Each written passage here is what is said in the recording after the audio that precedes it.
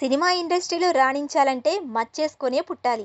ఇండస్ట్రీలో చాలామంది నటులు, నటీమణులు టాలెంట్ ఉన్నా అదృష్టం లేక ఫేడ్ అవుట్ అవుతుంటారు.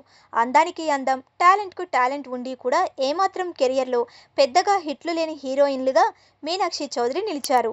అయితే ఒకే ఒక్క సినిమాతో టాలీవుడ్ మోస్ట్ వాంటెడ్ హీరోయిన్‌గా మారిపోయింది మీనాక్షి చౌదరి.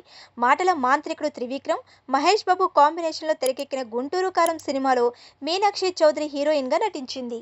అంతకుముందు కొన్ని సినిమాల్లో నటించినప్పటికీ పెద్దగా గుర్తింపు దక్కలేదు. 'గుంటూరు కారం' సినిమాలో సెకండ్ హీరోయిన్‌గా చేసి కూడా ఈ సినిమా ఆమెకు ఫుల్ పాపులారిటీని తెచ్చిపెట్టింది. దీంతో అమ్మడు క్రేజ్ ఒక్కసారిగా మారిపోయింది. 'లక్కీ భాస్కర్', 'సంక్రాంతికి వస్తున్నాం' వంటి సూపర్ హిట్లను తన ఖాతాలో వేసుకుంది. మీనాక్షి చౌదరి తెలుగులో ప్రస్తుతం వరుసగా సినిమాలు చేస్తోంది.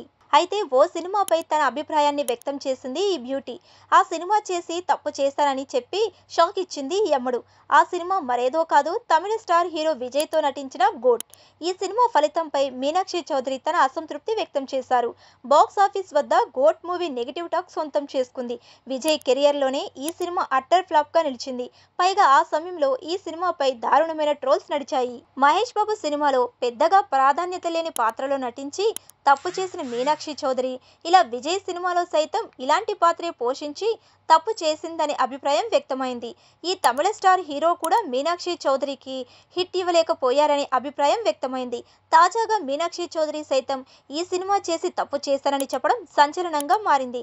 ఇలా ఇద్దరి స్టార్ హీరోలతో నటించిన మీనాక్షి చౌదరికి హిట్ దక్కలేదు. ప్రస్తుతం మీనాక్షి చౌదరి చిరంజీవి సినిమాలో నటిస్తుంది. చిరంజీవి ప్రస్తుతం వశిష్ఠ మల్లిముడి దర్శకత్వంలో 'విశ్వంభర' అనే సినిమాలో నటిస్తున్నారు. ఈ సినిమాలో మీనాక్షి దేవకన్యలా కనిపించనుందని సమాచారం.